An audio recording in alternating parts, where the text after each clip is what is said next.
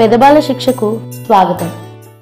मुदाकरात्तमोदकं सदा विमुक्ति साधकं कलाधरावतंसकं विलासि लोकरक्षकम्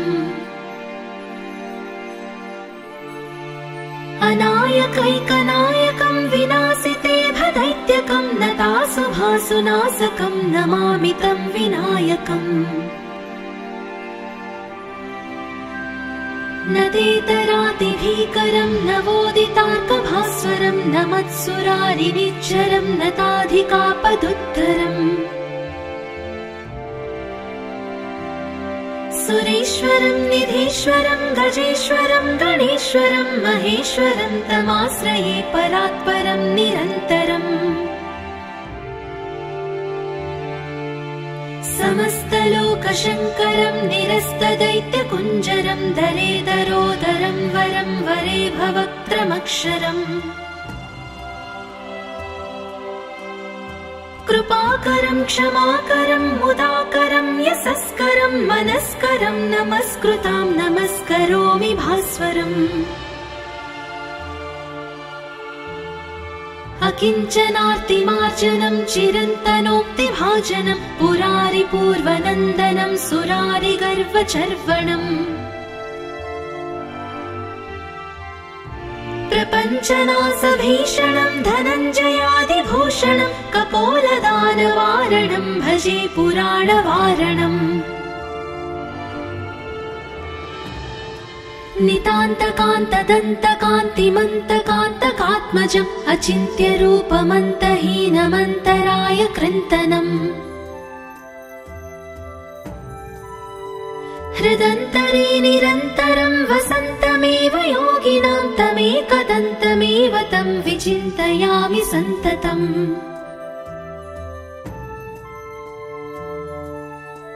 महागणेश पञ्चरत्नमादरेण योऽन्वहं प्रजल्पति प्रभातके हृदि स्मरन् गणेश्वरम् अरोगतामदोषतां सुसाहितिं सुपुत्रतां समाहितायुरष्टभूतिमभ्युपैति सोच्चिरात् मुदाकरात्तमोदकं सदा विमुक्तिसाधकं कलाधरावतंसकं विलासि लोकरक्षकम् अनायकैकनायकं विनाशिते भदैत्यकं नतासुभासुनाशकं नमामि तं विनायकम् नदेतरातिभीकरं नवोदितार्कभास्वरं नमत्सुरारिनिच्चरं नताधिकापदुत्तरम् सुरेश्वरं निधीश्वरं गजेश्वरं गणेश्वरं महेश्वरं तमाश्रये परात्परं निरन्तरम् समस्तलोकशङ्करं निरस्तदैत्यकुञ्जरं दलेदरोदरं वरं वरे भवक्त्रमक्षरम् कृपाकरं क्षमाकरं मुदाकरं यशस्करं मनस्करं नमस्कृतां नमस्करोमि भास्वरम् अकिञ्चनार्तिमार्जनं चिरन्तनोक्तिभाजनं पुरारिपूर्वनन्दनं सुरारिगर्वचर्वणम् प्रपञ्चनाशभीषणं धनञ्जयादिभूषणं कपोलदानवारणं भजे पुराणवारणम् नितान्तकान्तदन्तकान्तिमन्तकान्तकात्मजम् अचिन्त्यरूपमन्तहीनमन्तराय कृन्तनम् हृदन्तरे निरन्तरं वसन्तमेव योगिनां तमेकदन्तमेव तं विचिन्तयामि सन्ततम्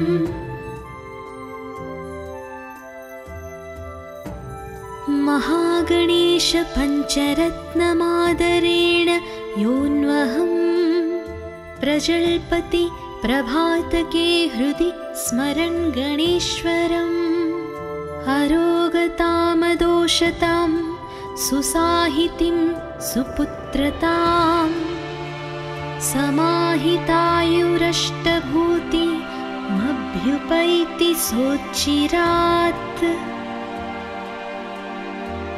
मुदाकरात्तमोदकं सदा विमुक्तिसाधकं कलाधरावतंसकं विलासिलोकरक्षकम् अनायकैकनायकं विनाशिते भदैत्यकं नतासुभासुनाशकं नमामि तं विनायकम् नदेतरातिभीकरं नवोदितार्कभास्वरं नमत्सुरारिनिच्चरं नताधिकापदुद्धरम् सुरेश्वरं निधीश्वरं गजेश्वरं गणेश्वरं महेश्वरं तमाश्रये परात्परं निरन्तरम् समस्तलोकशङ्करं निरस्तदैत्यकुञ्जरं दरेदरोदरं वरं वरे भवक्त्रमक्षरम् कृपाकरं क्षमाकरं मुदाकरं यशस्करं मनस्करं नमस्कृतां नमस्करोमि भास्वरम् अकिञ्चनार्तिमार्जनं चिरन्तनोक्तिभाजनं पुरारिपूर्वनन्दनं सुरारिगर्वचर्वणम् प्रपञ्चनाशभीषणं धनञ्जयादिभूषणं कपोलदानवारणं भजे पुराणवारणम्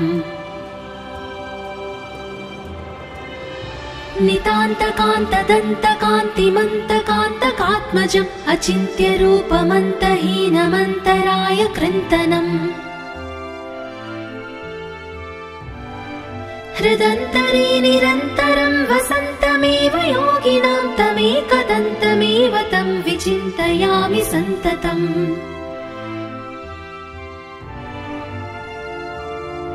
महागणेश पञ्चरत्नमादरेण योऽन्वहं प्रजल्पति प्रभातके हृदि स्मरन् गणेश्वरम् अरोगतामदोषतां सुसाहितिं सुपुत्रताम् समाहितायुरष्टभूतिमभ्युपैति सोच्चिरात्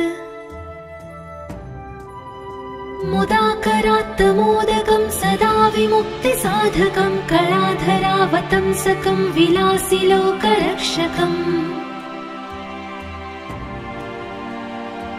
अनायकैकनायकं विनाशिते भदैत्यकं नतासुभासुनाशकं नमामि तं विनायकम् नदेतरातिभीकरं नवोदितार्कभास्वरं नमत्सुरारिनिच्चरं नताधिकापदुद्धरम् सुरेश्वरं निधीश्वरं गजेश्वरं गणेश्वरं महेश्वरं तमाश्रये परात्परं निरन्तरम् समस्तलोकशङ्करं निरस्तदैत्यकुञ्जरं दरेदरोदरं वरं वरे भवक्त्रमक्षरम् कृपाकरं क्षमाकरं मुदाकरं यशस्करं मनस्करं नमस्कृतां नमस्करोमि भास्वरम्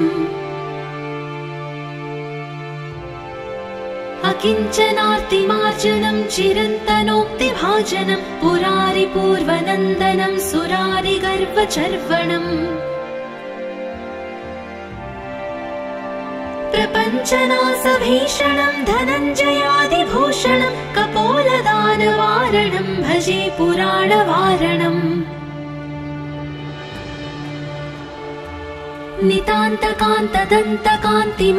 नितान्तकान्तदन्तकान्तिमन्तकान्तकात्मजम् अचिन्त्यरूपमन्तहीनमन्तराय कृन्तनम् हृदन्तरे निरन्तरं वसन्तमेव योगिनां तमेकदन्तमेव तं विचिन्तयामि सन्ततम्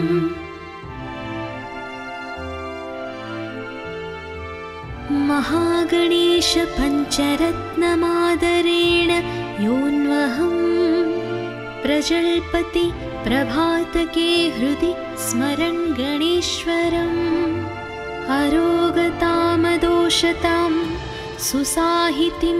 सुपुत्रताम् समाहितायुरष्टभूतिमभ्युपैति सोच्चिरात् मुदाकरात्तमोदकं सदा विमुक्तिसाधकं कलाधरावतंसकं विलासिलोकरक्षकम् अनायकैकनायकं विनाशिते भदैत्यकं नतासुभासुनाशकं नमामि तं विनायकम् नदेतरातिभीकरं नवोदितार्कभास्वरं नमत्सुरारिनिच्चरं नताधिकापदुद्धरम् सुरेश्वरं निधीश्वरं गजेश्वरं गणेश्वरं महेश्वरं तमाश्रये परात्परं निरन्तरम् समस्तलोकशङ्करं निरस्तदैत्यकुञ्जरं दरेदरोदरं वरं वरे भवक्त्रमक्षरम् कृपाकरं क्षमाकरं मुदाकरं यशस्करं मनस्करं नमस्कृतां नमस्करोमि भास्वरम् अकिञ्चनार्तिमार्जनं चिरन्तनोक्तिभाजनं पुरारिपूर्वनन्दनं सुरारिगर्वचर्वणम् प्रपञ्चनाशभीषणं धनञ्जयादिभूषणं कपोलदानवारणं भजे पुराणवारणम्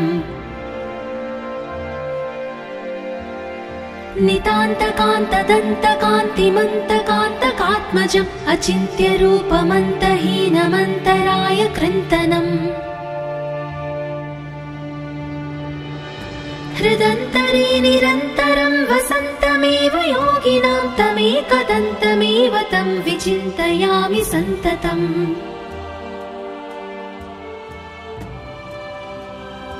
महागणेश पञ्चरत्नमादरेण योऽन्वहम्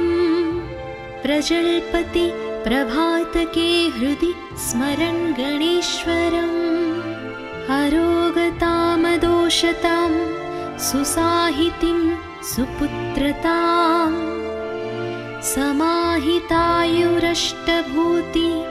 समाहितायुरष्टभूतिमभ्युपैति सोच्चिरात् मुदाकरात्तमोदकं सदा विमुक्तिसाधकं कलाधरावतंसकं विलासिलोकरक्षकम्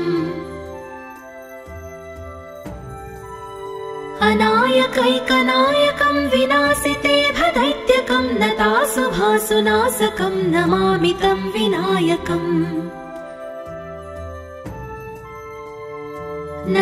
नदेतरातिभीकरं नवोदितार्कभास्वरं नमत्सुरारिनिच्चरं नताधिकापदुद्धरम् सुरेश्वरं निधीश्वरं गजेश्वरं गणेश्वरं महेश्वरं तमाश्रये परात्परं निरन्तरम्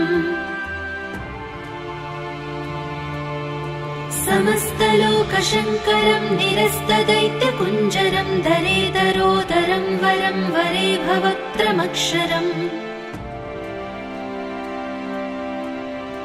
कृपाकरं क्षमाकरं मुदाकरं यशस्करं मनस्करं नमस्कृतां नमस्करोमि भास्वरम् अकिञ्चनार्तिमार्जनं चिरन्तनोक्तिभाजनं पुरारिपूर्वनन्दनं सुरारिगर्वचर्वणम् प्रपञ्चनाशभीषणं धनञ्जयादिभूषणं कपोलदानवारणं भजे पुराणवारणम् नितान्तकान्तदन्तकान्तिमन्तकान्तकात्मजम् अचिन्त्यरूपमन्तहीनमन्तराय कृन्तनम् हृदन्तरे निरन्तरं वसन्तमेव योगिनां तमेकदन्तमेव तं विचिन्तयामि सन्ततम्।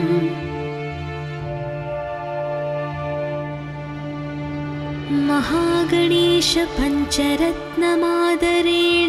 योऽन्वहं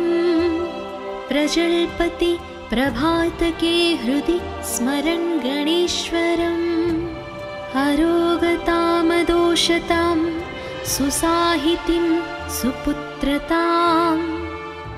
समाहितायुरष्टभूतिमभ्युपैति सोच्चिरात्। मुदाकरात्तमोदकं सदा विमुक्तिसाधकं कलाधरावतंसकं विलासिलोकरक्षकम्। अनायकैकनायकं विनाशिते भदैत्यकं नतासुभासुनाशकं नमामि तं विनायकम्। नतेतरातिभीकरं नवोदितार्कभास्वरं नमत्सुरारिनिच्चरं नताधिकापदुद्धरम्।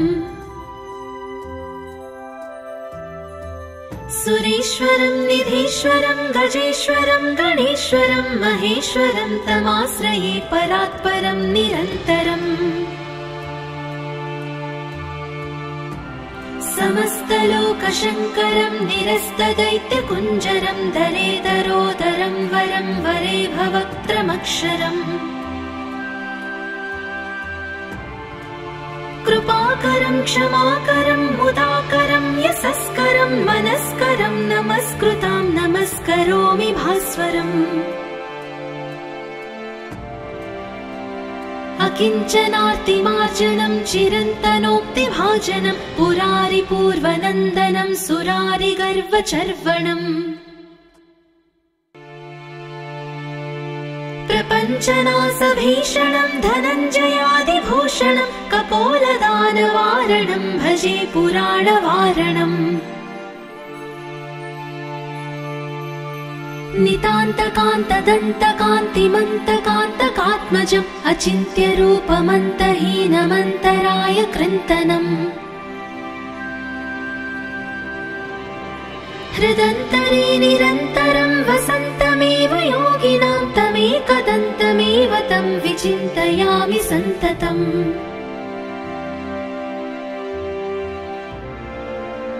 महागणेश पञ्चरत्नमादरेण योऽन्वहं प्रजल्पति प्रभातके हृदि स्मरन् गणेश्वरम्। अरोगतामदोषतां सुसाहितिं सुपुत्रतां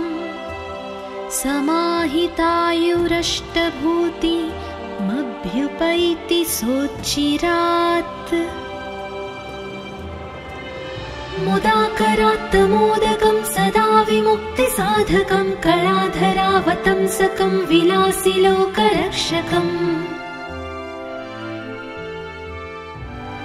अनायकैकनायकं विनाशिते भदैत्यकं नतासुभासुनाशकं नमामि तं विनायकम्। नतेतरातिभीकरं नवोदितार्कभास्वरं नमत्सुरारिनिच्चरं नताधिकापदुद्धरम्। सुरेश्वरं निधीश्वरं गजेश्वरं गणेश्वरं महेश्वरं तमाश्रये परात्परं निरन्तरम्। समस्तलोकशङ्करं निरस्तदैत्यकुञ्जरं दरेदरोदरं वरं वरे भवक्त्रमक्षरम्। कृपाकरं क्षमाकरं मुदाकरं यशस्करं मनस्करं नमस्कृतां नमस्करोमि भास्वरम्। अकिञ्चनार्तिमार्जनं चिरन्तनोक्तिभाजनं पुरारिपूर्वनन्दनं सुरारिगर्वचर्वणम्। प्रपञ्चनासभीषणं धनञ्जयादिभूषणं कपोलदानवारणं भजे पुराणवारणम्। नितान्तकान्तदन्तकान्तिमन्तकान्तकात्मजम् अचिन्त्यरूपमन्तहीनमन्तराय कृन्तनम् हृदन्तरे निरन्तरं वसन्तमेव योगिनां तमेकदन्तमेव तं विचिन्तयामि सन्ततम्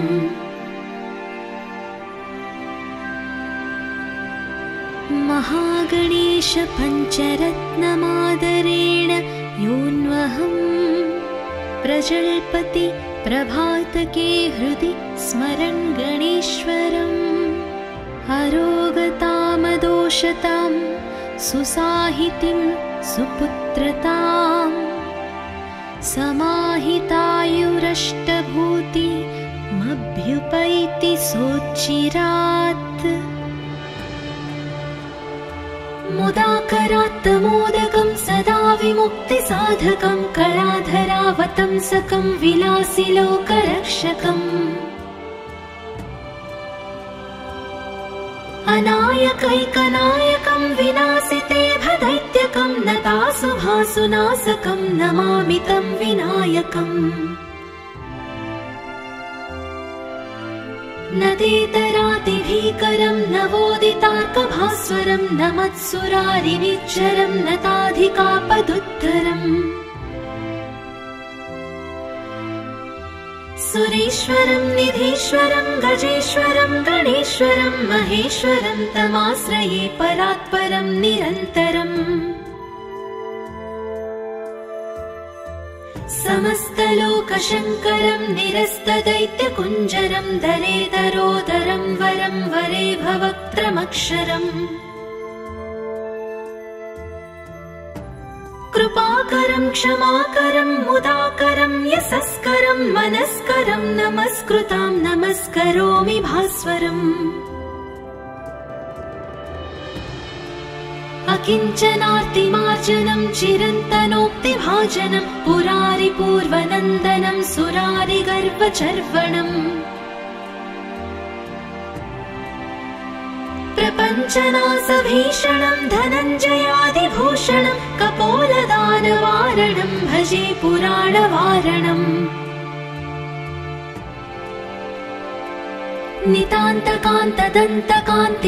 नितान्तकान्तदन्तकान्तिमन्तकान्तकात्मजम् अचिन्त्यरूपमन्तहीनमन्तराय कृन्तनम् हृदन्तरे निरन्तरं वसन्तमेव योगिनां तमेकदन्तमेव तं विचिन्तयामि सन्ततम्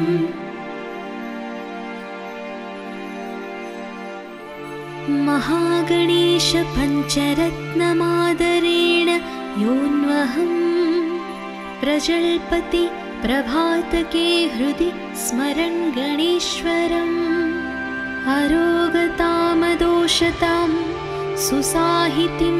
सुपुत्रताम् समाहितायुरष्टभूति मभ्युपैति सोच्चिरात्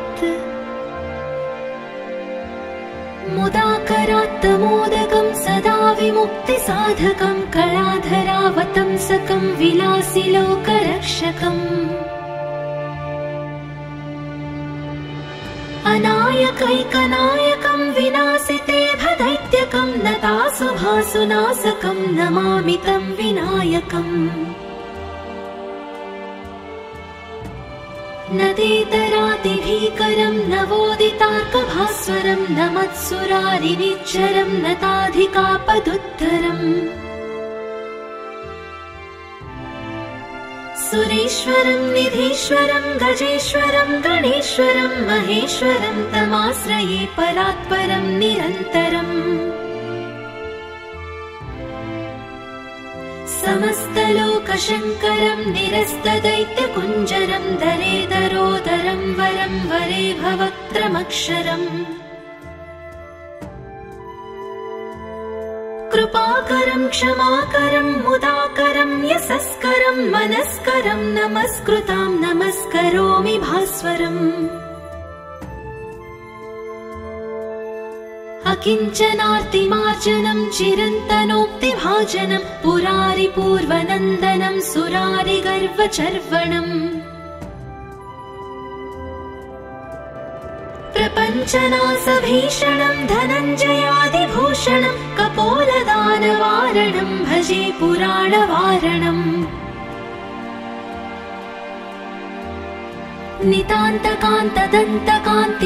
नितान्तकान्तदन्तकान्तिमन्तकान्तकात्मजम् अचिन्त्यरूपमन्तहीनमन्तराय कृन्तनम्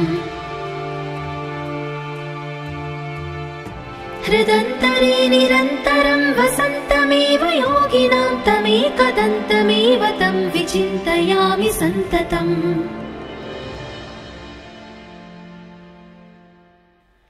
महागणेश पञ्चरत्नमादरेण योऽन्वहं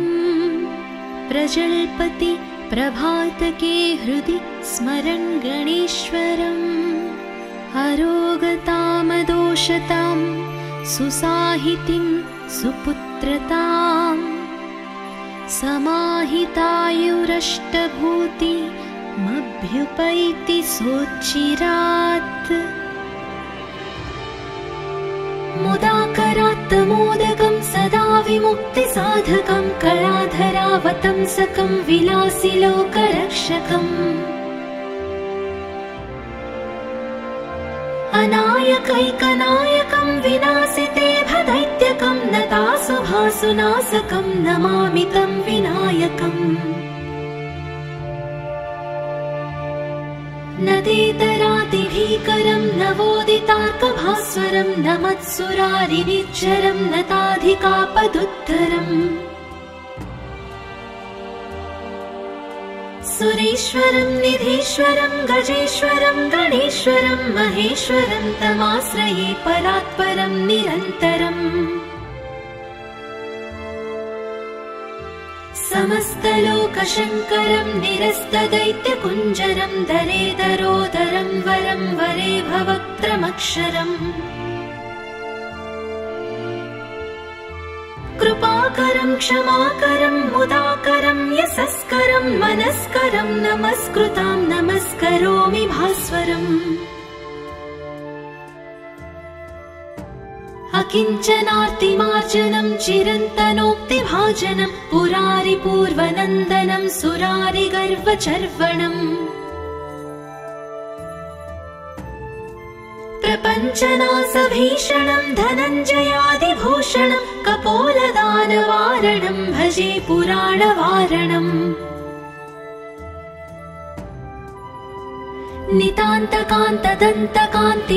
नितान्तकान्तदन्तकान्तिमन्तकान्तकात्मजम् अचिन्त्यरूपमन्तहीनमन्तराय कृन्तनम् हृदन्तरे निरन्तरं वसन्तमेव योगिनां तमेकदन्तमेव तं विचिन्तयामि सन्ततम्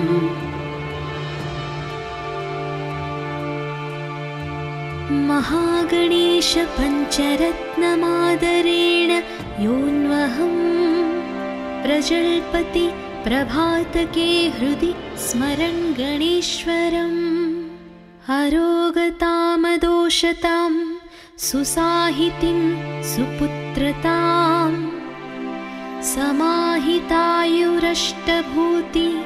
समाहितायुरष्टभूतिमभ्युपैति सोच्चिरात् मुदाकरात्तमोदकं सदा विमुक्तिसाधकं कलाधरावतंसकं विलासिलोकरक्षकम् अनायकैकनायकं विनाशिते भदैत्यकं नतासुभासुनाशकं नमामि तं विनायकम् नदेतरातिभीकरं नवोदितार्कभास्वरं नमत्सुरारिनिच्चरं नताधिकापदुद्धरम् सुरेश्वरं निधीश्वरं गजेश्वरं गणेश्वरं महेश्वरं तमाश्रये परात्परं निरन्तरम्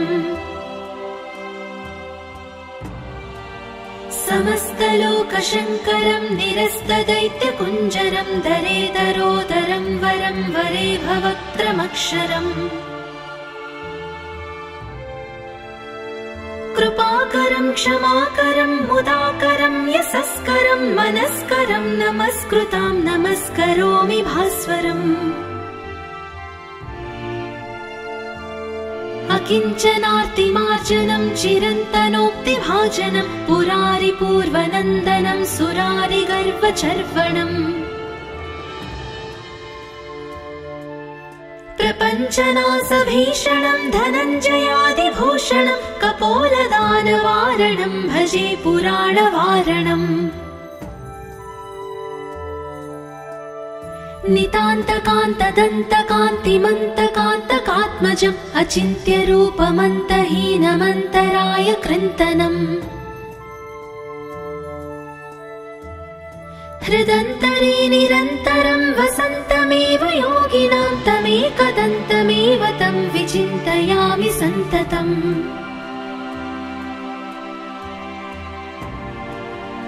महागणेश पञ्चरत्नमादरेण योऽन्वहम् प्रजल्पति प्रभातके हृदि स्मरन् गणेश्वरम् अरोगतामदोषतां सुसाहितिं सुपुत्रतां समाहितायुरष्टभूतिमभ्युपैति सोच्चिरात्।